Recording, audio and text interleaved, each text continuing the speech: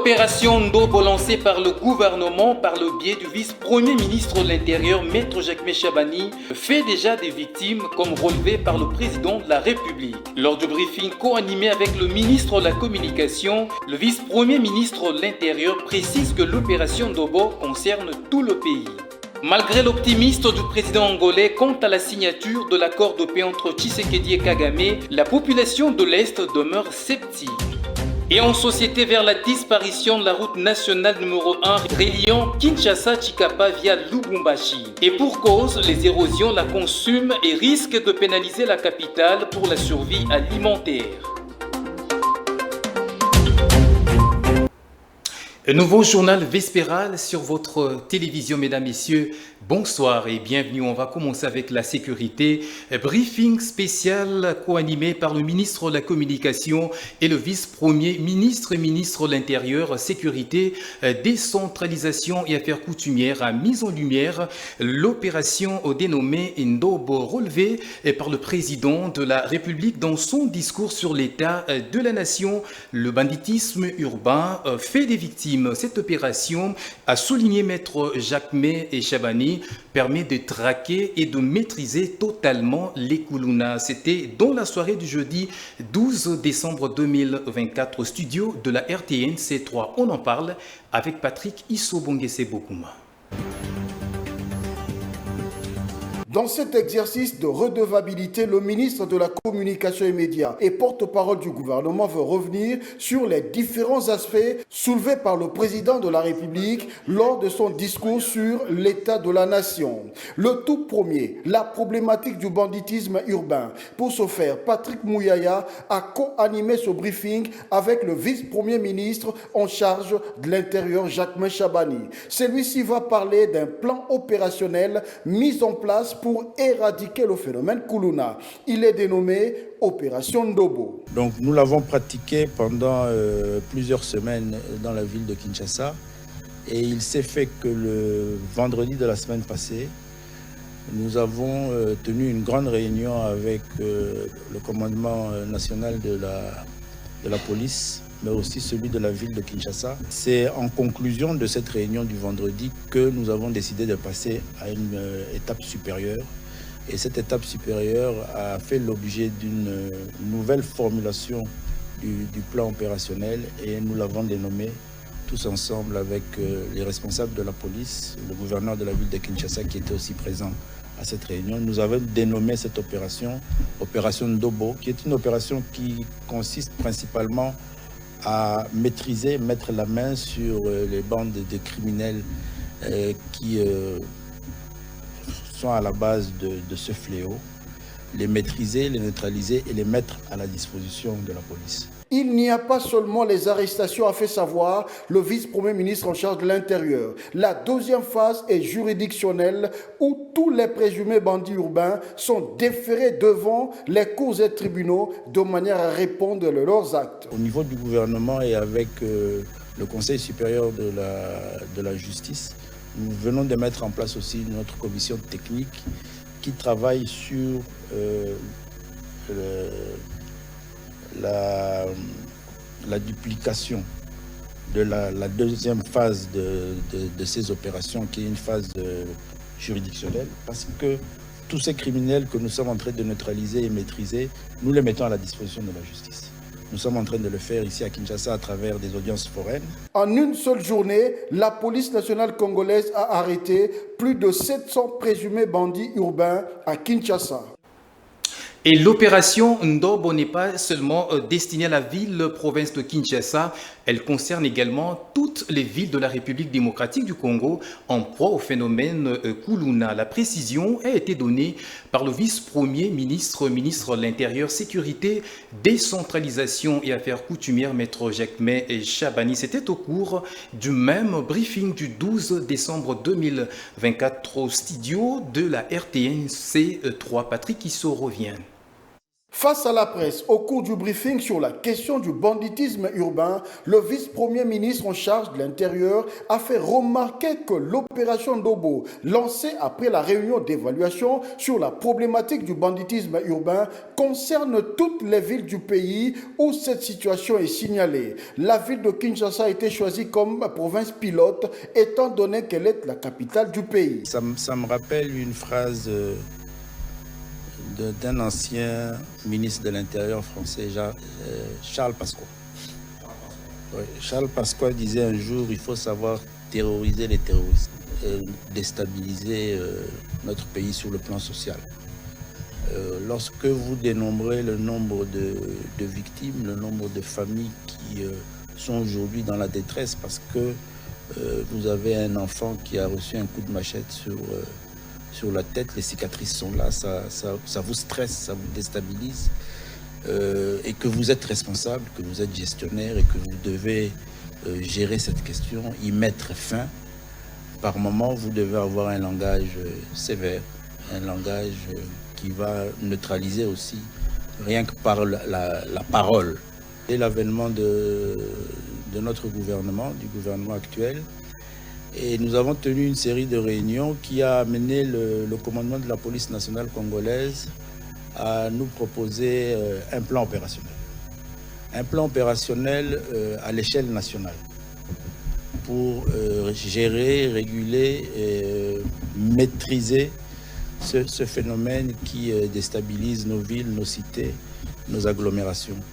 Et il avait été décidé que ce plan opérationnel ait pour ville pilote la ville de Kinshasa et qu'il soit dupliqué au fur et à mesure dans les autres provinces et les autres grandes villes de la République démocratique du Congo qui subissent ce phénomène-là. En quoi le vice-premier ministre en charge de l'Intérieur, sécurité, décentralisation et affaires coutumières, l'opération Ndobo aura à renforcer les capacités de la police nationale congolaise sur la gestion de la criminalité dans les milieux urbains. Et quittons la sécurité pour la justice, le ministre d'État, ministre de la Justice et garde des Sceaux, maître Constant Moutamba, a reçu les médecins et agents de la division provinciale de la santé de la ville de Kinshasa. Ces professionnels de la blouse blanche étaient venus dénoncer la spoliation présumée de leurs concessions et solliciter en même temps l'intervention des autorités compétentes. Et contasser, c'était au palais des justices. Regardez. Il s'agit de la parcelle 6 au numéro 33, avenue Kadeko, à Kinshasa-Gombe. C'est cette parcelle qui abrite le service de la division provinciale de la santé. Et depuis une trentaine d'années, nous avons l'arrêté du gouverneur Muzungu, rétrocédant cet immeuble et cette parcelle à la division provinciale de la santé, bref au ministère de la Santé. Mais ce dont il est question, c'est quoi? Nous nous insurgeons. Les services de l'État ont aussi droit à être logés à des enseignes et logeuses qui sont dignes des cadres et agents de l'État. Nous nous insurgeons contre l'arrêté du ministre Pius Mwabilou de l'urbanisme désaffectant cette parcelle-là à raison de 70% avec l'ancien immeuble et un autre immeuble qui a commencé à pousser, construit par les hindous pakistanais. Donc nous nous insurgeons contre cette tentative de spoliation. Nous réclamons l'annulation simple, pure et simple, de cet arrêté de l'ancien ministre de l'urbanisme. Oui, bah été dans 48 heures, tu peux trouver solution à problème na bino.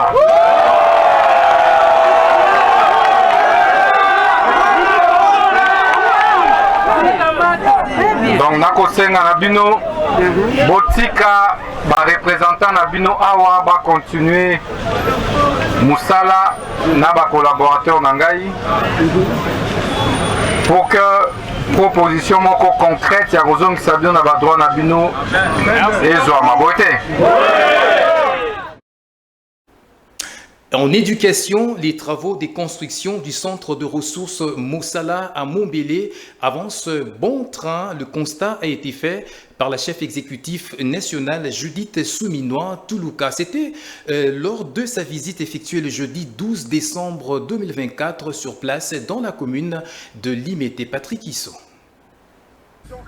La chef du gouvernement congolais a été sur le terrain. Judith Souminois a inspecté les travaux de construction du bâtiment devant abriter le centre de ressources Mosala. Celui-ci est en train d'être bâti au sein de l'Institut technique agricole au quartier Montbéliard de la commune de Limete. En présence du ministre de la formation professionnelle, de la représentante résidente de l'Agence belge de développement ENABEL et des autres membres des institutions étatiques, la première ministre a visité ce site en construction. Judith Souminois a dans sa visite d'inspection échangé avec les instructeurs de ce centre qui encadrent certains jeunes pour leur intégration sociale. Il faut souligner que le centre Mosala contribue au développement de la ville de Kinshasa en accompagnant les jeunes, dont 50% de femmes, vers l'emploi et l'auto-emploi avec l'appui technique et financier des NABEL en RDC. Ce centre compte des filières telles que l'agriculture et la transformation agricole, les énergies renouvelables, le numérique, la construction, le tourisme, même la logistique. La formation dispensée au centre Mosala donne les capacités de création des micro-entreprises à fort potentiel de croissance. Ainsi, ce centre de ressources répond à l'épineux problème d'inadéquation formation-emploi. Cela permet d'apporter des nouvelles approches qui contribuent au développement socio-économique de la population. Retenons que la construction du centre de ressources Mosala offrira des services d'accompagnement aux jeunes de 18 à 35 ans, demandeurs d'emploi et porteurs des projets entrepreneuriaux. Ceci dans le but de créer des emplois décents, durables et cela dans les différents secteurs d'activité à Kinshasa. Et en coopération, ouverture le jeudi 12 décembre 2024 à Kinshasa de la 12e session ordinaire de la conférence des ministres de l'autorité du lac Tanganyika. C'est la première ministre congolaise qui a procédé à son ouverture. Judith Souminois-Toulouka a affirmé son engagement et surtout l'importance de la mise en œuvre de la convention sur la gestion des lacs signée en 2003. Patrick Issot revient.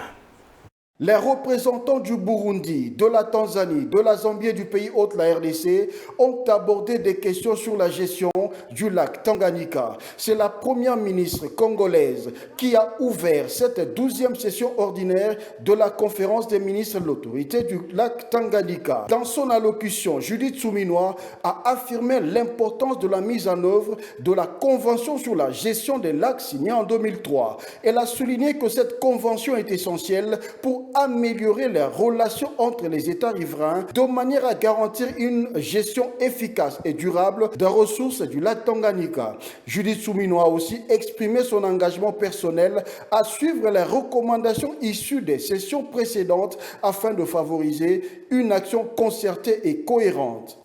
La gestion durable du lac Tanganyika demeure au centre des préoccupations de mon gouvernement. Je veille personnellement à la mise en œuvre de toutes les recommandations formulées lors de la tenue des différentes sessions antérieures de la conférence des ministres de l'autorité du lac Tanganyika. Je reconnais néanmoins que plusieurs défis s'opposent à une gestion optimale du lac Tanganyika. D'ailleurs, certains de ces défis ont été évoqués par les illustres orateurs qui m'ont précédé du haut de cette tribune. Permettez-moi d'insister sur la prédominance de la pêche prohibée qui détruit le stock des ressources liées à la pêche.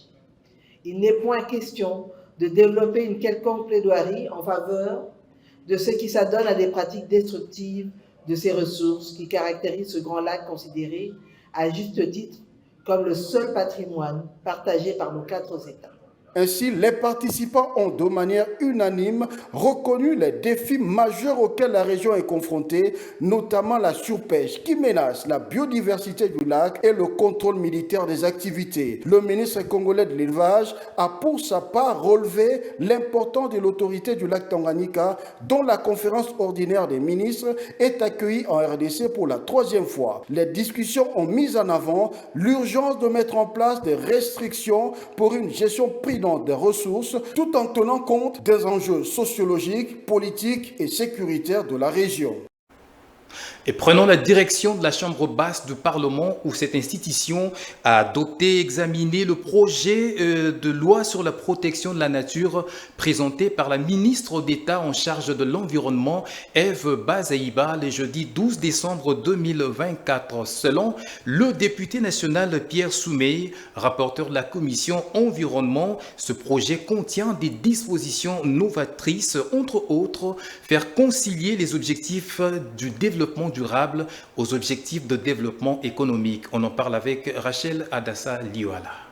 Aujourd'hui, il nous a été présenté un projet de loi qui nous vient du gouvernement, qui vient en quelque sorte modifier la loi sur la conservation de la nature qui existe déjà. Et ce projet de loi contient des dispositions novatrices. Et parmi ces dispositions novatrices, il y a le fait que l'on veuille, par le gouvernement, faire concilier les objectifs de développement durable et les objectifs de développement économique.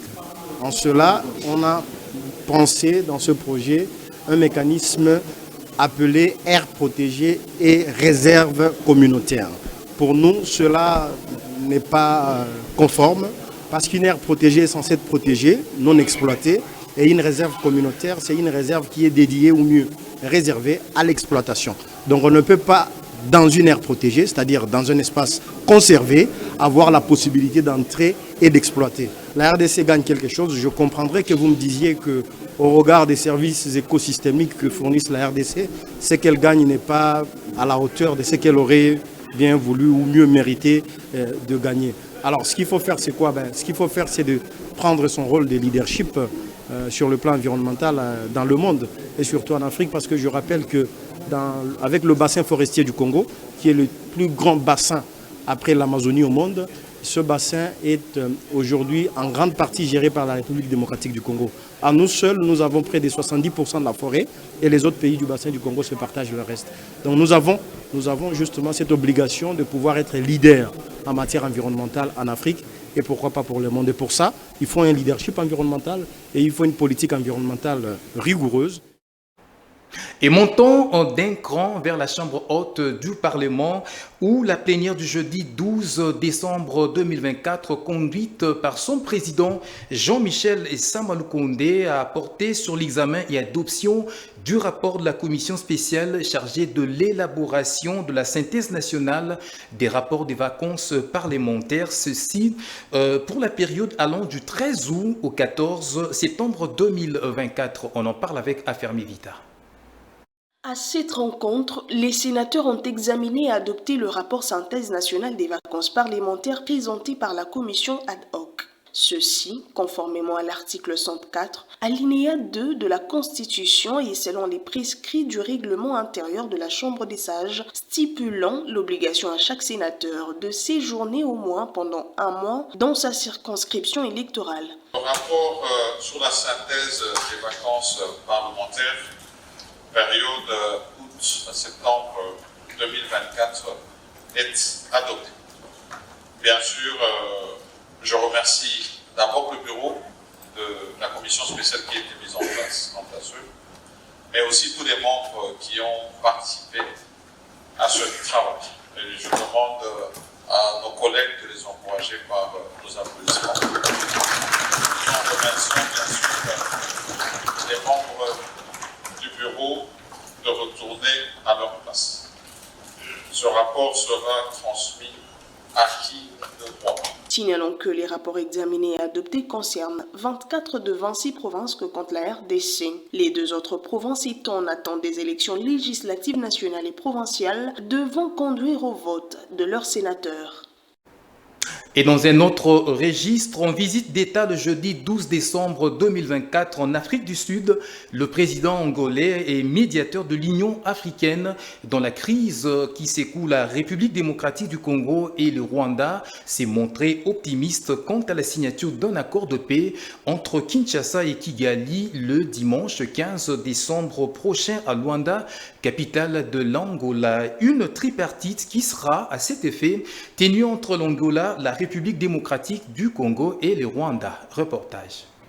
D'après Joao Lourenço, le sommet tripartite entre les présidents de l'Angola, de la RDC et du Rwanda le dimanche prochain à Luanda pourrait dicter la signature ou la décision d'un accord de paix définitif entre les deux pays voisins, a déclaré le président angolais et médiateur de l'Union africaine dans la crise entre la RDC et le Rwanda lors d'une conférence de presse jeudi à Pretoria, capitale du pays de Madiba, où il a effectué une visite d'État d'une journée. Joao Lourenço a par ailleurs souligné le progrès dans le processus de paix dans l'est de la RDC sous la médiation de l'Angola. En présence de son homologue sud-africain, Joao Lourenço a déclaré que cela se passe bien, soulignant que les réunions techniques et ministérielles ont eu lieu en vue de parvenir à la paix et à la sécurité définitive dans la région. Signalant que malgré les efforts diplomatiques, la situation sur les terrains reste préoccupante. Le M23 continue son expansion dans le Nord Kivu, occupant ainsi de vastes territoires à Walikale,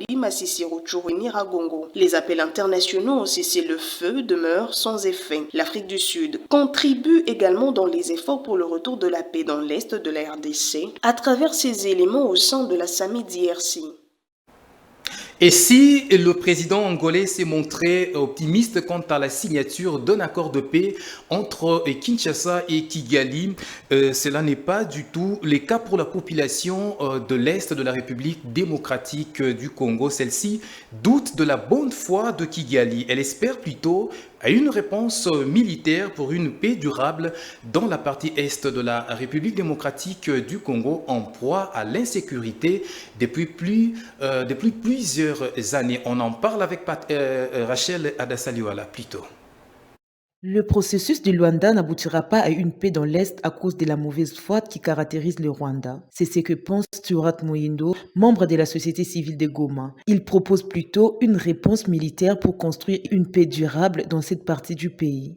Alors, la population de l'Est du Congo espère à la paix. Elle espère à la paix.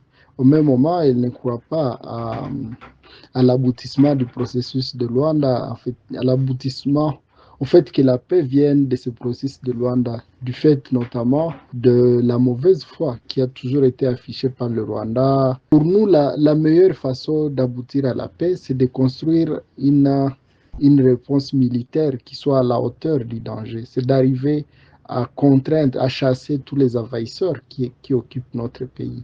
Mais tant que ce sera une paix négociée, ce sera en fait une paix qui sera fragile. Le risque, c'est que même si on aboutit à un accord, que l'accord soit fragile, donc qu'il soit sujet à des reniements de la part des différentes parties prenantes, mais qu'il pose aussi les bases d'une nouvelle guerre qui pourrait arriver dans 5-10 ans. Rappelez-vous par exemple que cette guerre est intervenue alors qu'il y avait une autre qui était finie depuis 2013. Signalons que c'est ce dimanche 15 décembre 2024 que le président Félix Antoine Tshisekedi Tshilombo et son homologue rwandais Paul Kagame se rencontreront à Luanda.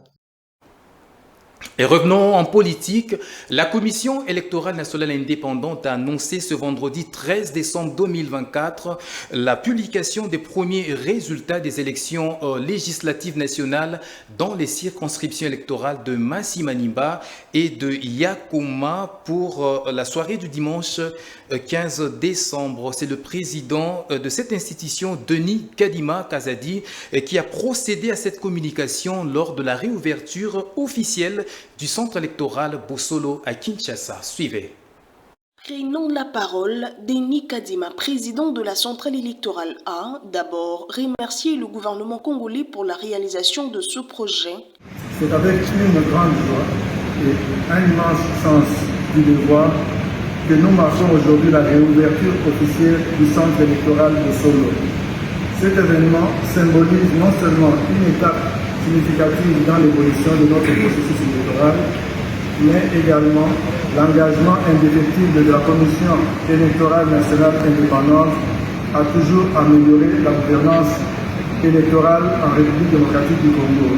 Ensuite, il a fait savoir que les premiers résultats électoraux de Massi-Manimba et Yakoma seront publiés dès dimanche soir. À lui d'ajouter que le centre électoral Bosolo, financé par le gouvernement congolais, jouera un rôle central dans la transparence du processus, publiant les résultats bureau de vote par bureau de vote. Concernant les élections qui vont se tenir le 15 décembre 2024 dans les circonscriptions de Massi-Manimba et de Yakoma, La CENI est déterminée à publier les résultats dans les meilleurs délais possibles. Dès la soirée de ce dimanche, nous commencerons à diffuser les premiers résultats. Ce centre est une preuve tangible de la volonté de la CENI d'améliorer constamment sa manière de servir l'électorat congolais. Le centre électoral Bossolo est donc la concrétisation de notre promesse de transparence électorale. Signalons que cette initiative s'inscrit dans la volonté de la CENI de répondre aux critiques concernant la transparence et la traçabilité des résultats, notamment après les perturbations enregistrées lors des élections de décembre 2023. Parlons infrastructure à présent. La route nationale numéro 1 reliant Kinshasa, Kenge et Chikapa via Lubumbashi est en voie de disparition. Une année après sa réhabilitation, les érosions la consument et risquent de pénaliser la capitale Kinshasa pour la survie alimentaire. Et les usagers de cette route appellent à l'intervention rapide des autorités compétentes en vue de trouver des solutions rapides. Reportage. Des fortes érosions sur la nationale numéro 1 dans son tronçon reliant Kinshasa, Kenge, Chikapa, oui à Lubumbashi. Cette situation contraint les véhicules de rester en stationnement pendant plusieurs jours alors qu'elle vient d'être réhabilitée il y a une année. La fois passée, on avait vu les camions qui sont venus jeter du sable ici. Cela n'a rien foutu.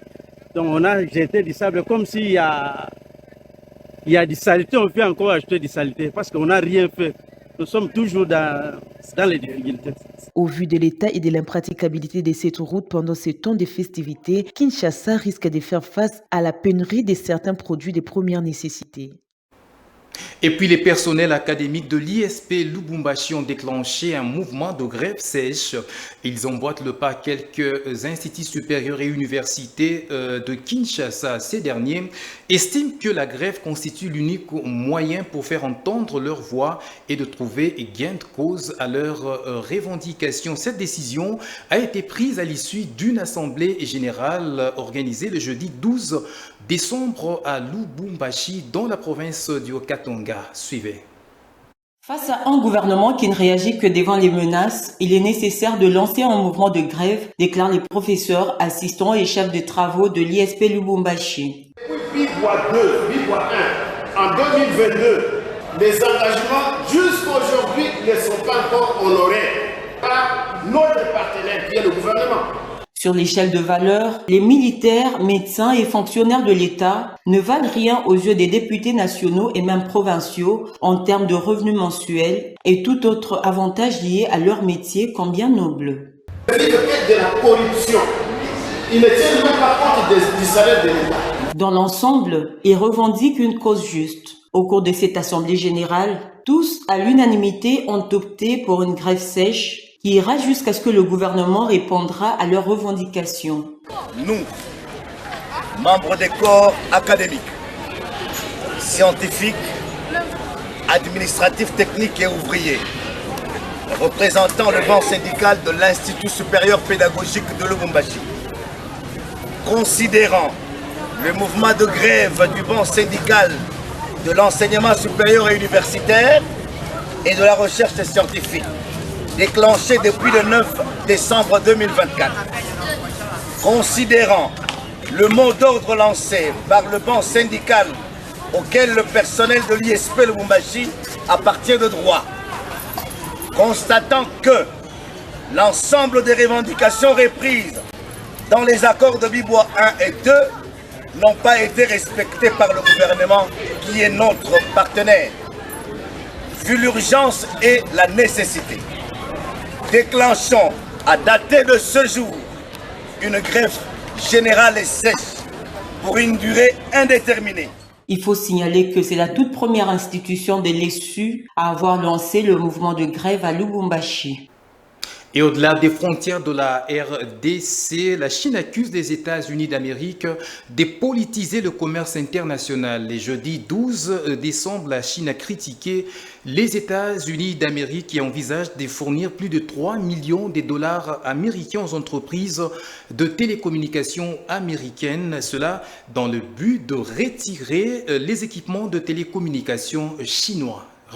Suivez. D'après le porte-parole du ministère chinois du Commerce, l'affirmation des États-Unis selon laquelle les produits d'information et de communication chinois présentent des risques pour la sécurité est totalement infondée. Mercredi, la Chambre des représentants des États-Unis a adopté un projet de loi sur la politique de défense qui comprend un fonds de 3 milliards de dollars américains pour retirer les équipements de télécommunications fournis par les entreprises chinoises, dont Huawei et ZTE, des réseaux américains. Le projet de loi sera transmis au Sénat américain et au président américain pour une approbation ultérieure avant de devenir loi. La Chine s'oppose fermement à ce que les États-Unis étendent le concept de sécurité nationale, violent les principes de l'économie de marché et de la concurrence loyale et interfèrent avec la coopération économique et commerciale normale entre les entreprises chinoises et américaines. Nous espérons que les États-Unis respecteront les faits et cesseront de politiser et d'instrumentaliser les questions économiques et commerciales. Les fabricants chinois ont récemment commencé à limiter les exportations de pièces clés utilisées pour les drones selon les médias. Ce journal est terminé, on vous rappelle les principaux titres.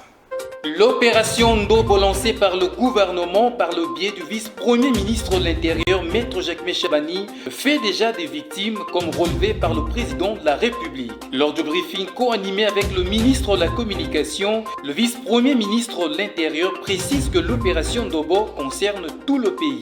Malgré l'optimisme du président angolais quant à la signature de l'accord de paix entre Tshisekedi et Kagame, la population de l'Est demeure sceptique. Et en société vers la disparition de la route nationale numéro 1 reliant Kinshasa-Chikapa via Lubumbashi. Et pour cause, les érosions la consument et risquent de pénaliser la capitale pour la survie alimentaire.